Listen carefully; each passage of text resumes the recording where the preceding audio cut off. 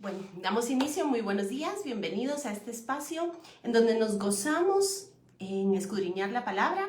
Instituto El Olivo le da la bienvenida a este tiempo maravilloso en el cual estaremos estudiando y poniendo el día de hoy esa base, ese fundamento para estudiar el libro de Apocalipsis. Bienvenida Ana María Monzón, un gran abrazo, qué alegre que te hayas podido conectar con nosotros. Y así a cada uno de ustedes sean bienvenidos.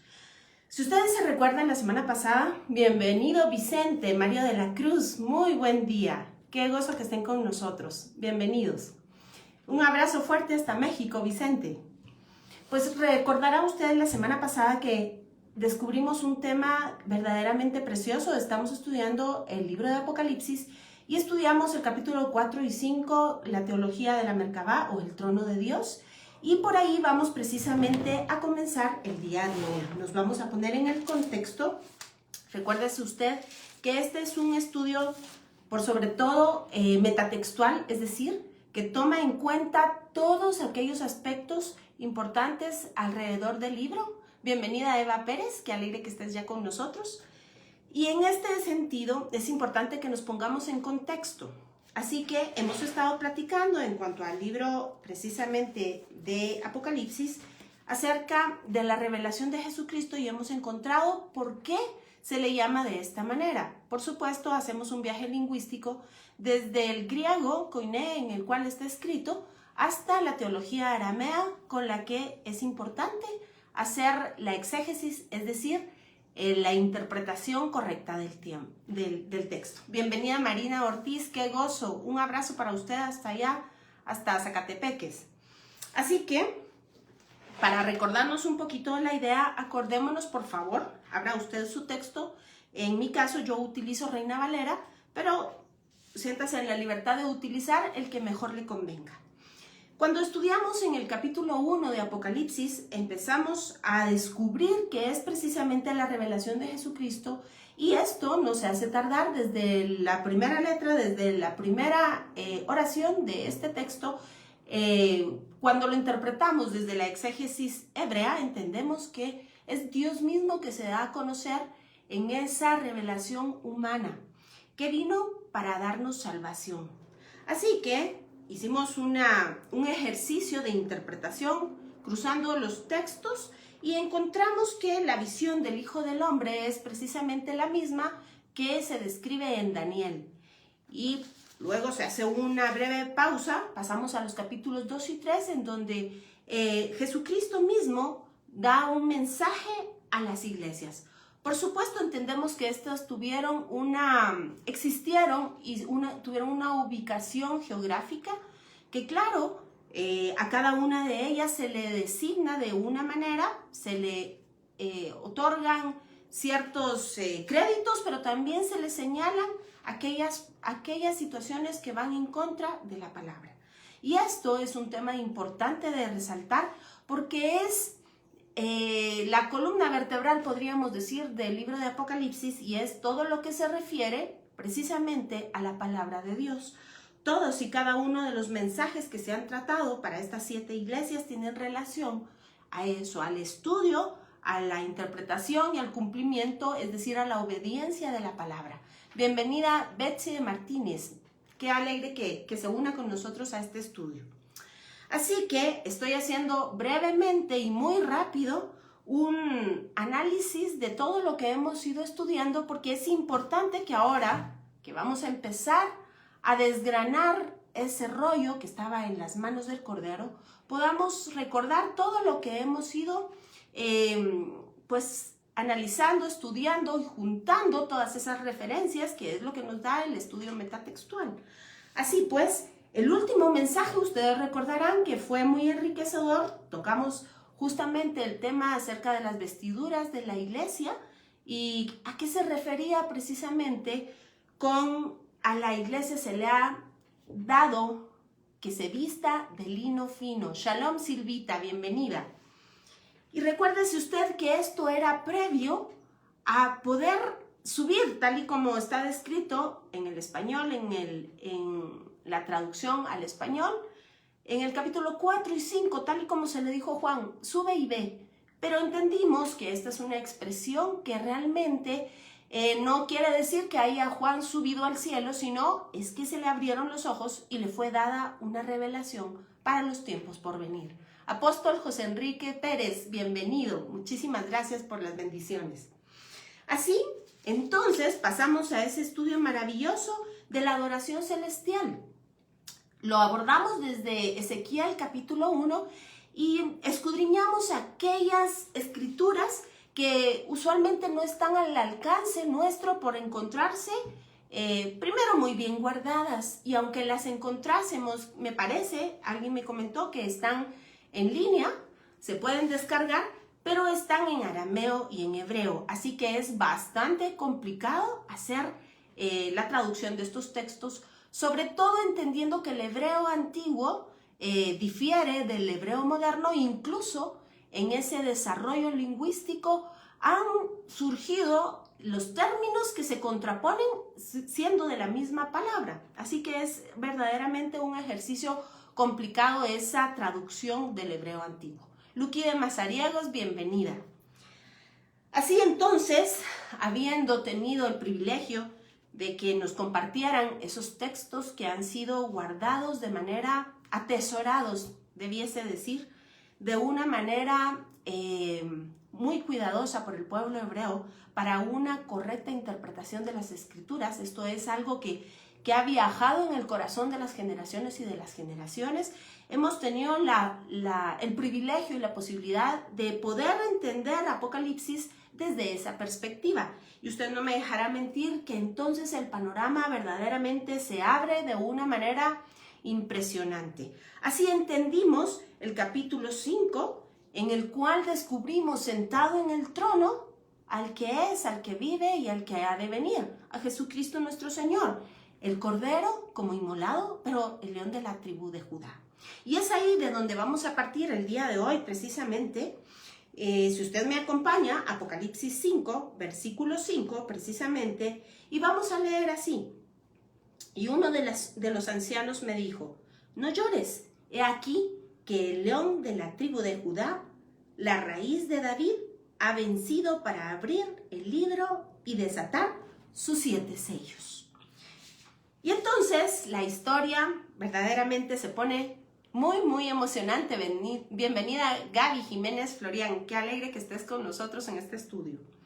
Así, recordaremos que era imprescindible señalar, lo vimos en la carta de los Hebreos, lo vimos en los profetas y lo vimos en Apocalipsis, que era necesario que Jesucristo nos hiciera libres del pecado, es decir, que nos volviese a comprar para que se sentara en el trono.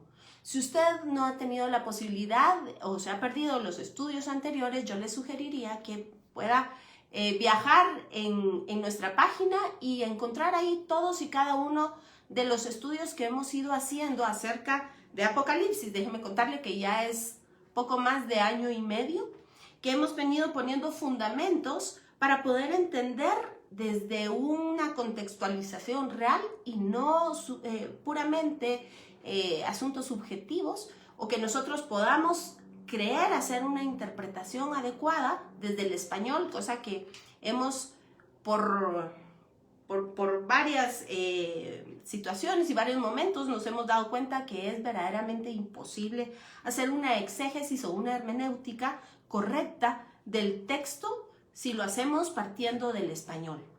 Así que, recordando que estamos hablando del león de la tribu de Judá que venció, el Cordero como inmolado, que es el único digno de abrir ese libro que tiene 7 sellos.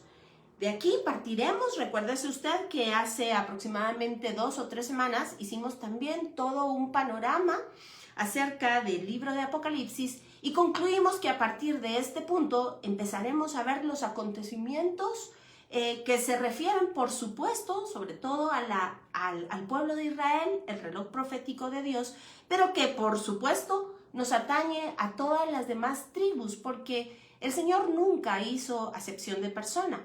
Y si usted hace memoria, platicamos también que usted y yo, que hemos sido lavados con la sangre del Cordero, hemos venido a formar parte de ese Israel ese Israel celestial, ese Israel por el cual Jesús mismo dio su sangre. Bienvenido Emilio Jiménez, qué alegre que estés con nosotros. Así que hoy nos pondremos en contexto. Si usted vio mi post para invitarlo a este estudio del día de hoy, precisamente este que estamos teniendo, usted habrá visto que yo puse en él precisamente una imagen como esta, y es la estatua de Nabucodonosor. Y a la par puse los 4 jinetes de Apocalipsis. Y es que precisamente, déjeme contarle que el capítulo subsecuente habla de los sellos. Y vimos que es Jesucristo aquel que es el único digno de abrir estos sellos. Así que, sin más dilaciones, vamos a empezar a leer. Por favor, acompáñenme en la lectura, Apocalipsis 6, y luego nos vamos a poner el fundamento bíblico e histórico para poder ir resolviendo este capítulo. Y dice así, los sellos. Vi cuando el Cordero abrió uno de los sellos y oí a uno de los 4 seres vivientes decir, como con voz de trueno, ven y mira. ¿Recuerda usted quiénes son los seres vivientes? Efectivamente. Jorge Argueta. No, me parece que no puede escuchar. Muy bien. Y miré, y he aquí un caballo blanco, y el que lo montaba tenía un arco, y le fue dada una corona. Salió venciendo y para vencer. Cuando abrió el segundo sello, oí al segundo ser viviente que decía, ven y mira. Y salió otro caballo bermejo, y al que lo montaba le fue dado poder de quitar de la tierra la paz, que se matasen unos a otros, y se le dio una gran espada. Cuando abrió el tercer sello, oí al tercer viviente que decía, ven y mira. Y miré, y he aquí un caballo negro, y el que lo montaba tenía una balanza en la mano. Y oí una voz en medio de los seres vivientes que decía, 2 libras de trigo por 1 denario, y 6 libras de cebada por 1 denario, pero no dañes al aceite ni el vino. Cuando abrió el cuarto sello, oí la voz del cuarto ser viviente que decía, ven y mira. Miré, y he aquí un caballo amarillo, y el que lo montaba tenía por nombre Muerte, y el Hades le seguía. Y le fue dada potestad sobre la 4ª parte de la tierra para matar con espada, con hambre, con mortandad y con las fieras de la tierra. Cuando abrió el 5º sello, vi bajo el altar las almas de los que habían sido muertos por causa de la palabra de Dios y por el testimonio que tenían. Y clamaban a gran voz diciendo, ¿hasta cuándo, Señor santo y verdadero, no juzgarás y vengas? Ay, qué mal estoy leyendo hoy. ¿No juzgas y vengas nuestra sangre en los que moran en la tierra? Y se le dieron vestiduras blancas, y se les dijo que descansasen todavía un poco de tiempo hasta que se completara el número de sus consiervos y sus hermanos que también habían de ser muertos como ellos.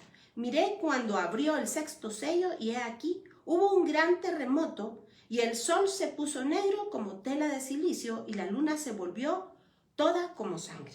Y las estrellas del cielo cayeron sobre la tierra como la higuera deja caer sus higos cuando es sacudida por un fuerte viento. Y el cielo se desvaneció como un pergamino que se enrolla, y todo monte y toda isla se removió de su lugar. Y los reyes de la tierra y los grandes, los ricos, los capitanes, los poderosos y todo siervo y todo libre se escondieron en las cuevas y entre las peñas de los montes.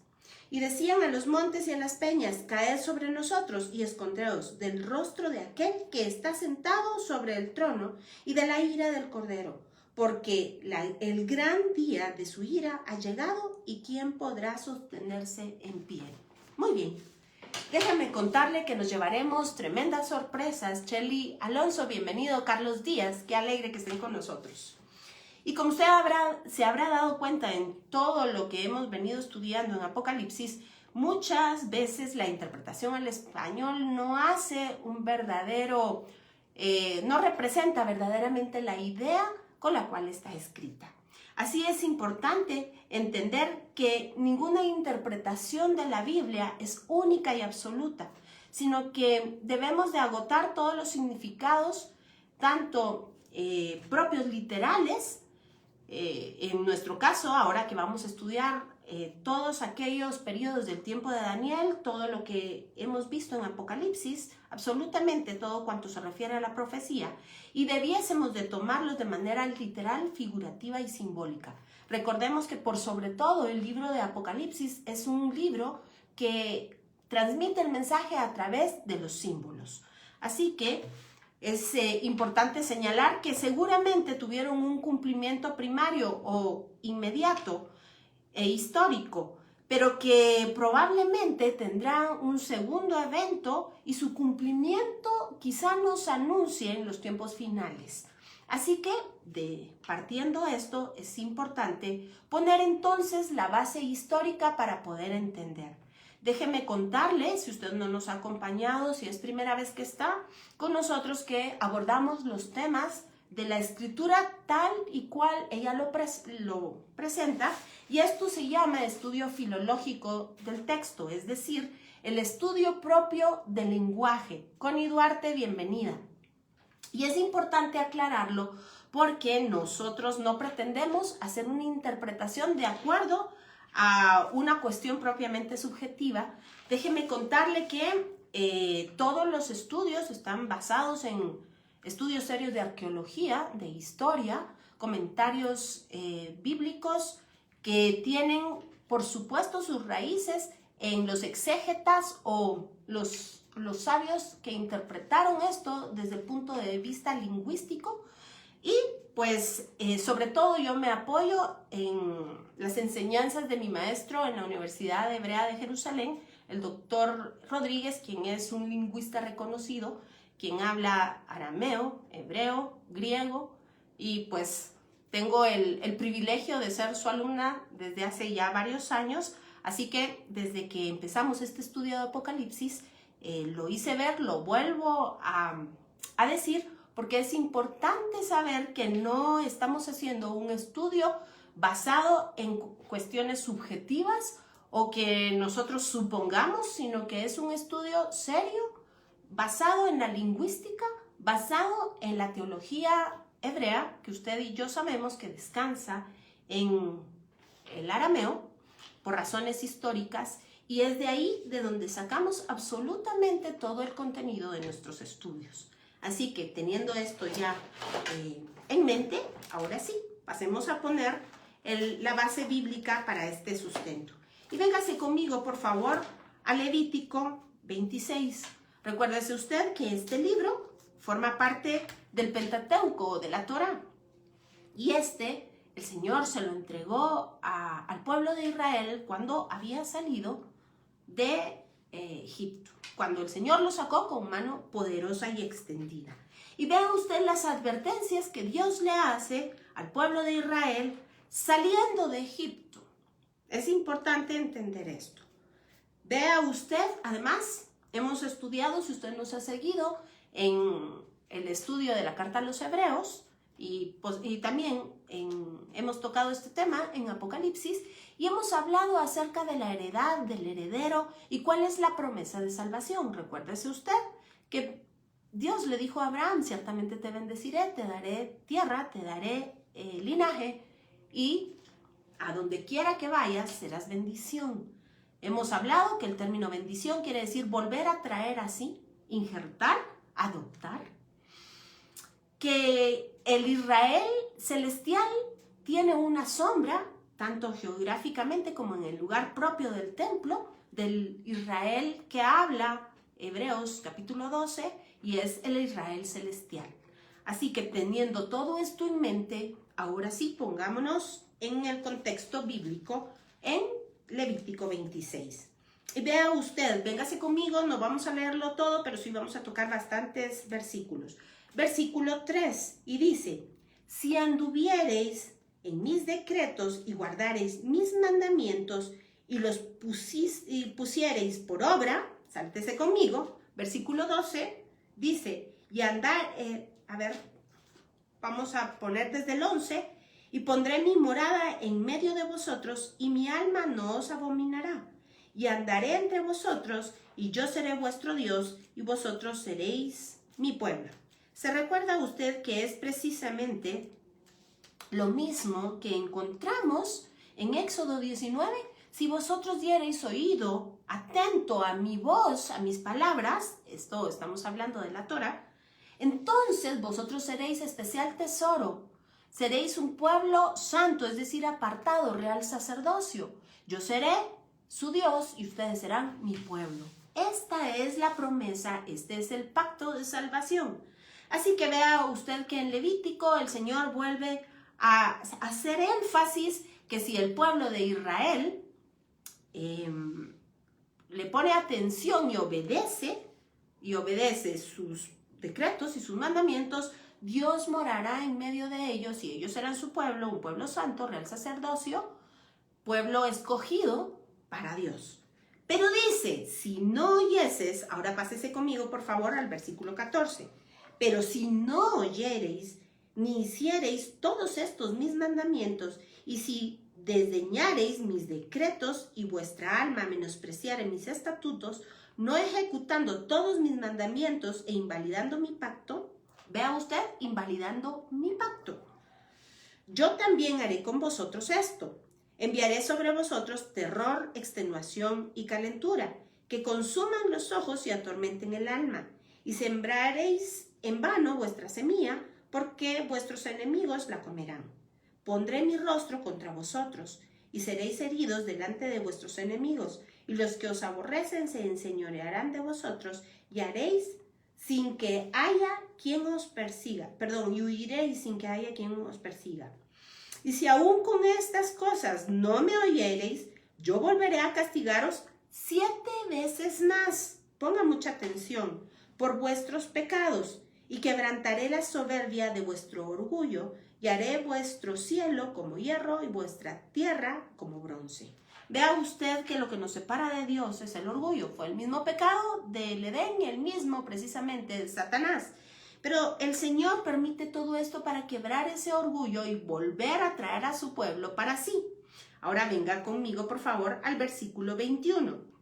Y dice, si anduviereis conmigo en oposición, esto quiere decir que si no obedecemos la ley del Señor, andamos en oposición con Él. Y no me quisiereis oír, acuérdese usted que en el hebreo, Shema, quiere decir no solamente oír, quiere decir oír, guardar, atesorar y poner por obra. Yo añadiré sobre vosotros 7 veces más plagas, y esto nos conviene oírlo ahora, según vuestros pecados. Pero vea el 22. Enviaré también contra vosotros bestias fieras que os arrebaten vuestros hijos. Y déjeme contarle que en el sentido simbólico, las bestias se refieren a otros pueblos paganos. Así que dice, y lo que le voy a contar es verdaderamente tremendo. Y dice, enviaré también contra vosotros otros pueblos que os arrebaten a vuestros hijos y destruyan vuestro ganado y os reduzcan en número, y vuestros caminos sean desiertos. Y al principio yo le decía a usted que es importante entender que hay un cumplimiento histórico, es decir, una profecía más cercana, de un cumplimiento más cercano, y hay una profecía a medio plazo y otra a un plazo lejano. Pues déjeme contarle que es verdaderamente impactante estudiar este capítulo basado en el método equidistante de letras. Es decir, se toma una letra, se saltean cierto número de letras y se toma otra. Lo que encontramos aquí precisamente en el versículo 22, por eso es que paré para hacer este énfasis, y es precisamente la descripción en todo el capítulo acerca del holocausto. Precisamente en el versículo 22, se habla de la solución final. Y se lo cuento y se me hace un nudo en la garganta. Y es impresionante, si el Señor nos permite, lo estaremos estudiando en la próxima fiesta de Purim. Este capítulo es revelador, habla de los nazis, habla de la solución final, habla del gas. Bueno, en fin, da unos datos verdaderamente estremecedores.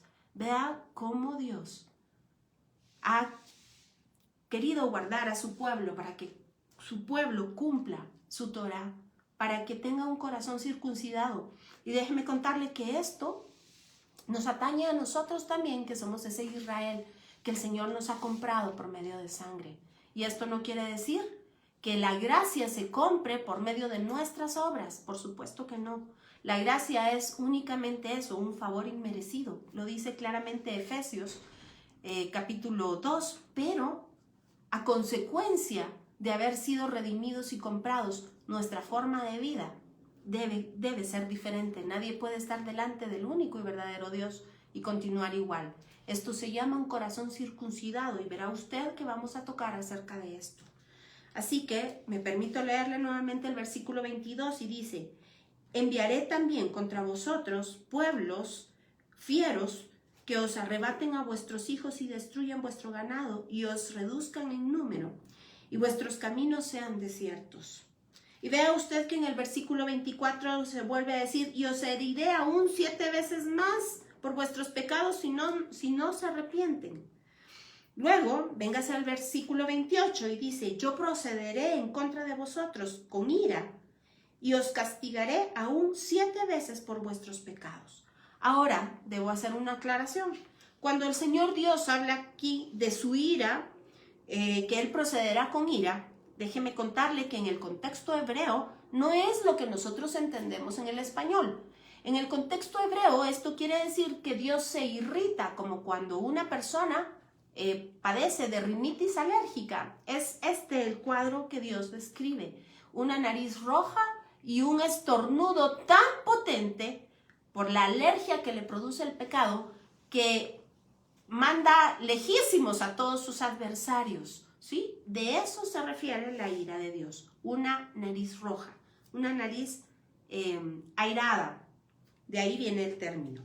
Ahora véngase conmigo, por favor, al versículo 31 y dice: haré desiertas vuestras ciudades y asolaré vuestros santuarios y no oleré la fragancia de vuestro suave perfume.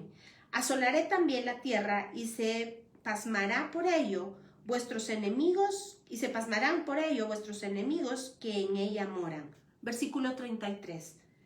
Y a vosotros os esparciré entre las naciones y desenvainaré espada en pos de vosotros y vuestra tierra estará asolada. Ponga mucha atención.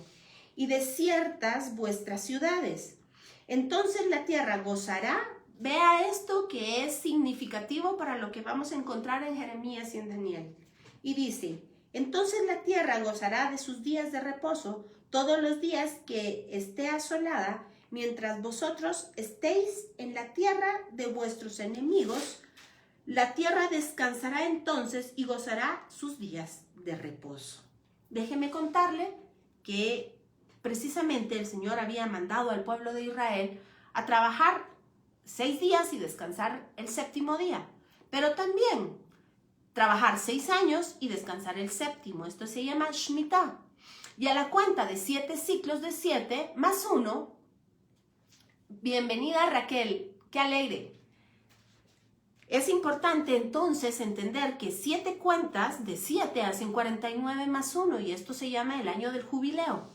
Es a esto precisamente a lo cual el Señor se refiere: dejar descansar la tierra. Y si usted lo estudia, se dará cuenta que Dios le da la provisión al pueblo para que no trabaje en ese tiempo de Shemitah o el tiempo de jubileo. Es importantísimo señalarlo, porque el pueblo de Israel no obedeció, no dejó descansar la tierra. Versículo 31. Todo el tiempo que esté asolada descansará, por lo que no reposó en los días de reposo cuando habitabais en ella. Déjeme contarle que por espacio de 490 años el pueblo de Israel no le dio descanso a la tierra. Así que más adelante vamos a comprobar que efectivamente el Señor hizo como había advertido y le dio a la tierra 70 años, es decir, 1 por cada 7. 70 años pasó el pueblo cautivo en Babilonia. Ahora bien, véngase por favor al versículo 39. Y los que queden de vosotros decaerán en las tierras de vuestros enemigos por su iniquidad, y por la iniquidad de sus padres decaerán con ellos. Y confesarán su iniquidad y la iniquidad de sus padres. Vea usted, y confesará, es decir, el Señor quebrantará la dura cerviz. Y esto quiere decir, esta es una expresión que dice un cuello duro, rígido, que es incapaz de ver para arriba. Así que cuando el Señor dice, y quebraré tu cerviz, se refiere a esto, es decir, para hacerlos capaces de voltearlo a ver a Él. Versículo 41, vea usted. Yo también habré andado en contra de ellos y los habré hecho entrar en la tierra de sus enemigos, y entonces se humillará su corazón incircunciso y reconocerán su pecado. ¿Se da cuenta? El corazón incircunciso es un corazón pecaminoso, un corazón que tiende al mal. Y dice acá, se humillarán, es decir, el Señor doblegará a su pueblo para que regrese a Él, para que lo voltee a ver. Versículo 42. Entonces, oiga esto es asombroso, el amor de Dios. Entonces yo me acordaré de mi pacto con Jacob y asimismo de mi pacto con Isaac y también de mi pacto con Abraham. Me acordaré y haré memoria de la tierra. Esto es significativo y es muy, muy importante porque vea usted que nosotros de continuo decimos Dios, el Padre de Abraham, Isaac y Jacob. Pero si usted puso atención, aquí el Señor fue al revés. Es decir, del nieto al padre y al abuelo. De Jacob, de Isaac y de Abraham. Y me recordaré de la tierra. Y dice en el versículo 43, pero la tierra será abandonada por ellos y gozarán sus días de reposo, estando desierta a causa de ellos. Y entonces se someterán al castigo de sus iniquidades, por cuanto menospreciaron mis ordenanzas y su alma tuvo fastidio de mis estatutos. Vea usted cuánto el Señor habla acerca de su palabra. Es que es el mismo pecado que hubo en el huerto. Cuando Dios le mandó a Adán y a Eva, no comerás del árbol, del fruto de la ciencia del bien y del mal. No comerás. ¿Y sabe? Despreciaron el árbol de la vida, que era el árbol, por supuesto sabemos que es figura de Jesucristo. Así que dice, y entonces se someterán al castigo de sus iniquidades por cuanto menospreciaron mis ordenanzas y su alma tuvo fastidio de mis estatutos. Y aún con todo esto, estando ellos en tierra de sus enemigos, oiga, yo no los desecharé, ni los abominaré para consumirlos invalidando mi pacto. El Señor sostiene su pacto. Es que esto es tremendo. Mi pacto con ellos, porque yo Jehová soy su Dios. Antes me acordaré de ellos por el pacto antiguo, cuando los saqué de la tierra de Egipto a los ojos de las naciones para ser su Dios. Y firma yo, Jehová, es decir, yo, Yod-He-Vav-He, el Adonai, Hashem, el Shaddai. Vea usted qué cosa más impresionante, cómo ya el pueblo de Israel tenía la bitácora de viaje. Si haces bien, te va a pasar esto, pero si haces mal, te va a suceder lo otro. Bienvenida, Angie Valenzuela. Así que, ahora permítame que ya se me apagó la computadora. Vamos, por favor, ahora y hagamos un viaje, por favor, a Daniel 9, del 1 y 2. Y yo luego le pondré en contexto todo lo que estamos platicando. Daniel 9, 1 y 2 dice así. En el año primero de Darío, hijo de Asuero, de la nación de los Medos, que vino a ser rey sobre el reino de los caldeos, en el año primero de su reinado, yo Daniel miré atentamente en los libros el número de los años de que habló Jehová al profeta Jeremías, que habrían de cumplirse las desolaciones de Jerusalén en 70 años. ¿Ve usted? Ahora déjeme que le cuente un poquito acerca de la historia de Israel. No nos vamos a ir a todos los textos porque ya llevamos 40 minutos y no hemos logrado avanzar mucho. Déjeme contarle que a la muerte de Salomón tiene un hijo, Roboam, que se queda en lugar suyo. Y es Roboam un hombre de un corazón muy duro y entonces quiere subir los impuestos y quiere pues reinar con mano muy dura, excesivamente dura al pueblo de Israel. Así que viene a él Jeroboam, un oficial que sirvió a su padre, y a manera de consejo le dice que no ponga los impuestos tan altos y que no trate al pueblo de Israel de esta manera. No logran un acuerdo. Y entonces Jeroboam, y usted lo puede ver en el libro de Reyes, específicamente la profecía acerca de esto en Primera de Reyes 11:31 al 35, ahí lo puede chequear, no vamos a ir nosotros por cuestión del tiempo. Raquel Arriola, claro que sí, puedes usar la versión Kadosh, claro que sí, es un buen apoyo, claro. Entonces, fíjese usted que Jeroboam deja el reinado, o sea, ya no sirve a Roboam, y junto con 10 tribus de Israel se van a sentar hacia el lado norte de las tierras. Así que quedan habitando Jerusalén, el lugar donde está el templo santo, nada más la tribu de Judá y la de Benjamín y algunos levitas. Suceden muchísimas cosas y es importante entender que también subió al corazón de Jeroboam algo que se opuso a la voluntad de Dios, porque éste tapó los caminos y entonces ya no permitió que los de las 10 tribus descendieran en todas las santas convocaciones y para hacer los sacrificios que usted conoce, que están descritos en Levítico, que descendieran al templo de Jerusalén, lugar único en donde podían llevarse a cabo estos sacrificios y que, como usted y yo lo hemos venido estudiando, se llevaban a cabo las 3 convocaciones santas al año, es decir, las fiestas de primavera, la de verano y la de otoño. Entonces Jeroboam, con la idea de que nadie se le escapase y se fuese a vivir a la ciudad santa y que lo gobernase Roboam, entonces construyó 2 templos, pero ¿sabe usted? Puso ahí 2 becerros de oro. Es así que Dios manda al profeta Isaías y en el año a convencerlos de pecado, a darles palabra del pecado terrible contra Dios, y el pueblo no obedece. Entonces, siguiendo el cumplimiento de la profecía de Levítico, efectivamente las 10 tribus son llevadas fuera por los asirios en el 722 a.C. Esto es importante entenderlo porque luego se diseminaron y se conocen el día de hoy como las 10 tribus perdidas de Israel. Por supuesto, si usted lee a lo largo de todas las escrituras, hay promesa también para este pueblo. Vea usted, el Señor dice, yo no me olvidaré de mi pacto, yo no dejaré de ser su Dios, yo soy su Dios. Y es por eso que Jesucristo mismo dice, es que yo he venido por las ovejas perdidas de la casa de Israel. Vea usted.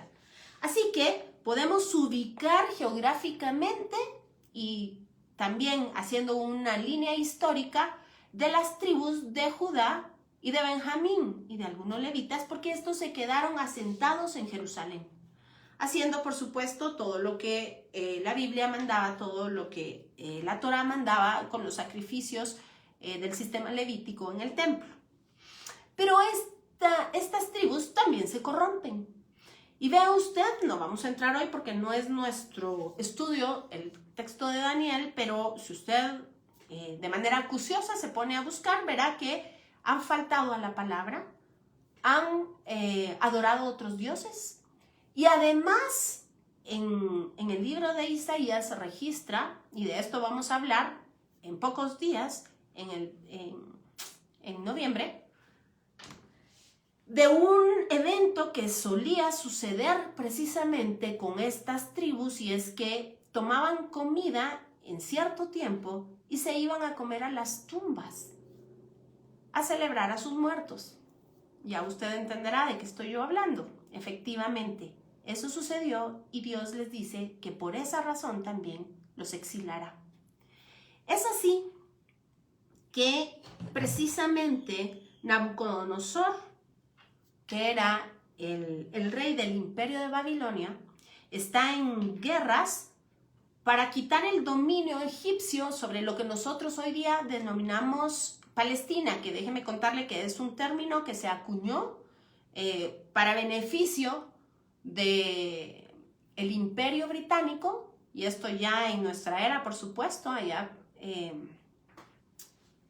se dejó, vamos a ver cómo me explico, para poder seguir teniendo la autoridad sobre las tierras de todo el Medio Oriente, se acuñó este término. Usted lo puede estudiar en la historia más reciente del pueblo de Israel. Este mandato se terminó en 1947 y usted sabe que en 1948 se reconoció a Israel como un estado independiente. Pero para que nos entendamos, entonces Nabucodonosor le quería quitar, de hecho lo hizo, la hegemonía a Egipto sobre todas esas tierras. Así que tuvieron diversas disputas y peleas. Y es un día pasando frente a Jerusalén que Nabucodonosor se enamora de la ciudad sagrada y decide sitiarla. Es así que usted verá aquí, es donde da inicio este hermoso libro de Daniel.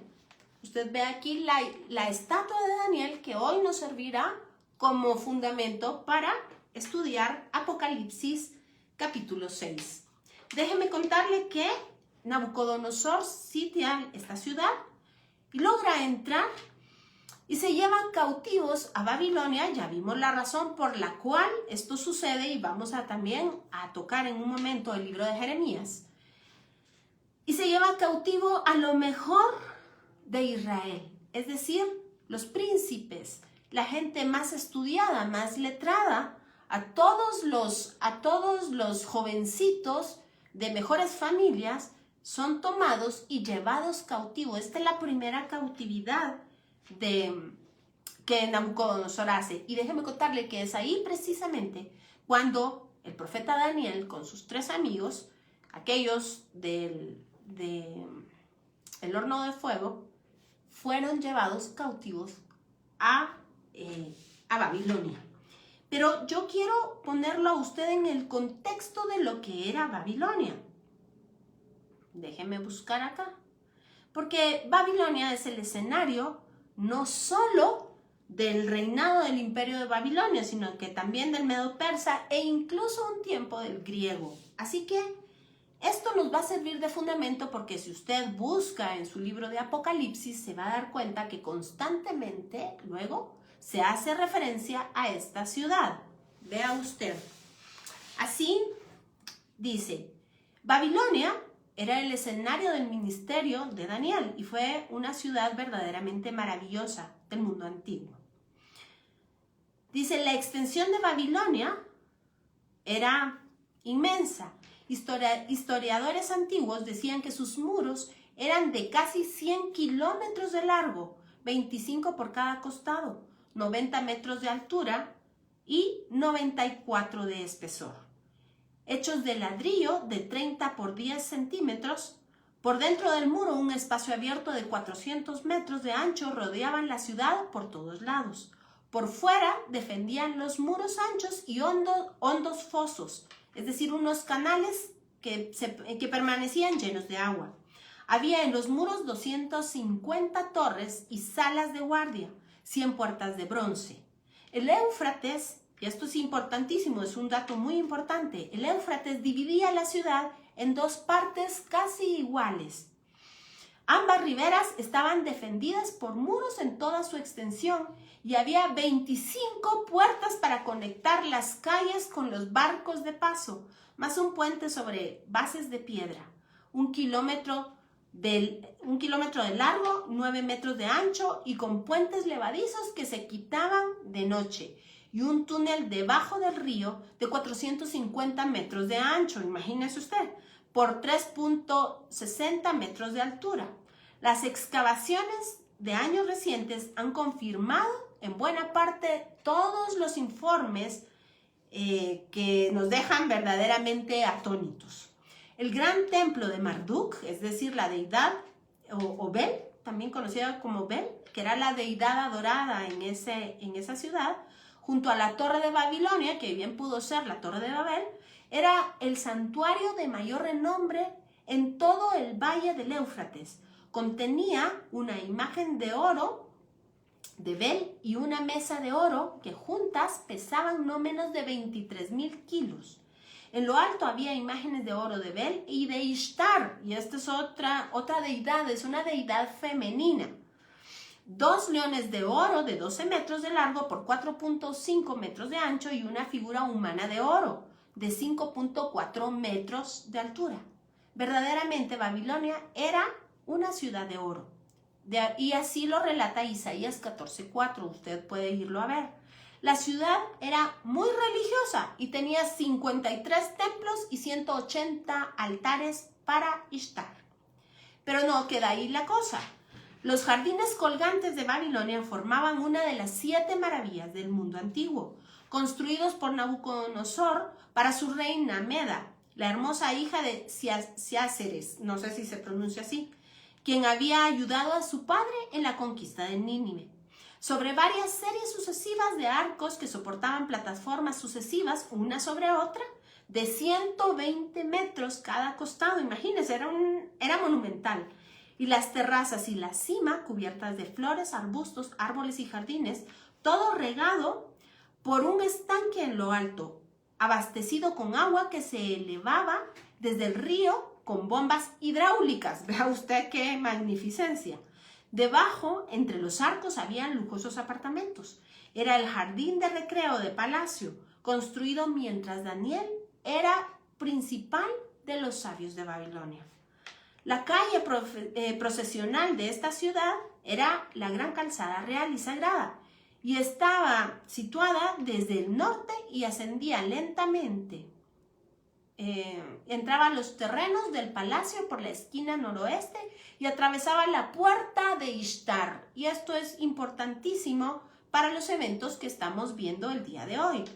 Pasaba en alto sobre el centro de la ciudad y bajaba lentamente hasta la esquina sureste del muro de la Torre de Babilonia, en donde doblaba directamente hacia el oeste y el puente sobre el río. Y ambos lados tenían fuertes muros defensivos de 6 metros de grueso, adornados con brillantes bajorrelieves de leones vitrificados y en varios colores. Estaba pavimentado de losas de piedra de 90 por 90 centímetros. Cerca de la entrada del palacio, estas losas permanecen todavía en su sitio, exactamente tal como estaban cuando Daniel las pisaba. Siguió siendo una ciudad importante, incluso hasta la época persa de Alejandro Magno, quien proponía restaurar su gloria, pero fueron truncados sus planes por la muerte, y luego la ciudad decayó en tiempo de Cristo, estaba prácticamente desvanecida, y déjeme ver, ya eran propiamente ruinas, y sus ladrillos sirvieron para construir Bagdad y reparar canales, tal y como lo designó la profecía. Así que las ciudades fueron desiertas y el cumplimiento fue notable en cuanto a la profecía se refiere. Muy bien, entonces déjeme contarle que, como le contaba hace un momento, efectivamente, bienvenida Mónica de Beteta y Laisa de González. Margarita Gavidia, un abrazo también para ti. Qué alegre que estén con nosotros. Entonces, fíjese usted que el Nabucodonosor tiene un sueño, y yo no voy a entrar a mayores detalles, pero usted habrá escuchado acerca de la muy famosa estatua de Daniel, que efectivamente nos habla de los imperios desde antes de Jesucristo hasta el tiempo de Jesús, que gobernaron el mundo conocido para aquel entonces. Vamos a hacer un recuento muy rápido, y el primer imperio, que se denominó la cabeza de oro, precisamente por lo que acabamos de leer, toma su auge del 605 al 539 a.C. Hay 3 deportaciones del pueblo hebreo hacia Babilonia. 70 años son los 70 años de cautividad. Luego, una noche, usted lo puede leer en el libro de Daniel, es una historia hermosa. Los medopersas entran y el rey Darío recibe de manos de Daniel un rollo del libro de Isaías, por supuesto, esto, atacan la ciudad, matan al, muy probablemente, nieto o bisnieto de Nabucodonosor, porque pues estaba haciendo una orgía con todos los implementos del templo, y para que se cumpliese lo que estaba escrito, entonces inmediatamente después del imperio de Babilonia, que es representado por la cabeza de oro, entra, como le cuento, el imperio medo-persa, representado aquí por Darío Medo, y recibe de manos de Daniel el rollo del libro de Isaías, que habla precisamente de Ciro. Y es impresionante cómo 200 años antes el profeta había escrito esta profecía, hablando precisamente de él para esta noche de cumplimiento. Después, este imperio medo-persa es representado por los brazos y el pecho de plata. Tiene su tiempo del 539 al 331. Luego el imperio griego está representado por las caderas, que están hechas de bronce, y va del 331 al 168. Y por último, el imperio romano, que es representado por el hierro, las dos piernas, del 168 al 476. Y por último, los pies mezclados con barro, hierro y barro que no se entremezcla. Y todo esto, por supuesto, como una manera propiamente profética, y si usted no ha estudiado el libro de Daniel, yo le recomiendo que lo haga, porque es impresionante como los capítulos 7, 8, 9 inmediatamente nos describen a profundidad todo lo que aquí usted puede ver, las bestias que luego se describen y que representan a cada uno de estos imperios, y cómo es una narración exacta de todo lo que sucedió. Es verdaderamente impresionante. Y esto es lo que nos sirve precisamente de fundamento para todo nuestro estudio del día de hoy. Déjeme contarle entonces, y ya con esto vamos a ir dando término por la hora, que vamos a ver, permítame. Es durante este tiempo en el imperio de Babilonia que Daniel ejerce autoridad. Es como un vicerrey, no se conseguiría, la verdad, perdone que no sé la palabra exacta, pero es la mano derecha del rey, y así por 5 mandatos.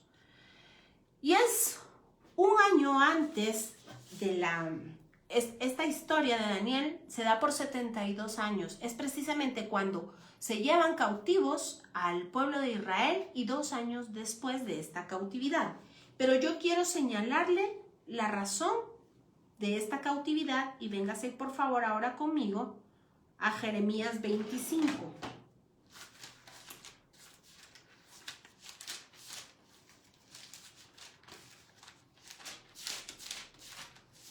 Y dice así.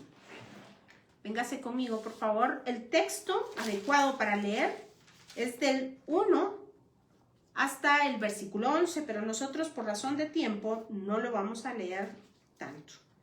Solo dice en el versículo 1, sígame por favor, dice así: palabra que vino a Jeremías acerca de todo el pueblo de Judá en el año 4 de Joacim. Vea usted que es precisamente para los que se quedaron en Jerusalén, Judá. Hijo de Josías, rey de Judá, el cual era el año 1 de Nabucodonosor, el rey de Babilonia. El padre de Nabucodonosor fue Nabopolassar, y él le entregó el reinado a su hijo, y fue este el que llevó a Babilonia a la cumbre máxima. Luego, versículo 6, y dice: vea usted que estamos hablando de la profecía que Dios le dio a Jeremías, y dice en el versículo 6: y no vayáis en pos de dioses ajenos, sirviéndoles y adorándoles, ni me provoquéis a ira con la obra de vuestras manos, y no os haré mal. Versículo 9: he aquí enviaré y tomaré a todas las tribus del norte, dice Jehová, y a Nabucodonosor, rey de Babilonia, mi siervo, y los traeré contra esta tierra y contra sus moradores y contra todas estas naciones alrededor. los destruiré y los pondré por escarnio y por burla en desolación perpetua. Ahora véngase al versículo 11. Recuérdense que cuando estuvimos leyendo Levítico, vimos que era a causa de un corazón incircunciso, es decir, un corazón que no sigue Torah, que no sigue el mandamiento de Dios, pero también por no dejar descansar la tierra. Y ahora nos encontramos a causa de la idolatría. Y dice, toda esta tierra será puesta en ruinas y en espanto, y servirán estas naciones al rey de Babilonia 70 años. Y cuando sean cumplidos los 70 años, castigaré al rey de Babilonia y a aquella nación por la maldad, ha dicho Jehová, y a la tierra de los caldeos, y la convertiré en desiertos para siempre. La tierra de los caldeos es Babilonia. Déjeme contarle que precisamente cuando está a punto ya de terminar estos 70 años, dice Daniel 9 que leyendo Daniel, recordándose de esta palabra que acabamos de leer, él sabe que si no se arrepiente su pueblo, tal y como decía Levítico, 7 veces vendrá nuevamente el castigo. Y es de aquí que usted habrá escuchado acerca de la preciosa oración de Daniel, cuando Daniel se humilla delante del Señor para orar por sí mismo y por su nación. Así que, versículo 13 dice, y traeré sobre aquella tierra todas mis palabras que he hablado contra ella, con todo lo que está escrito en este libro, profetizado por Jeremías contra todas las naciones.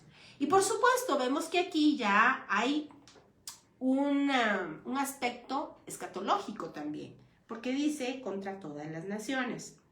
Versículo 15.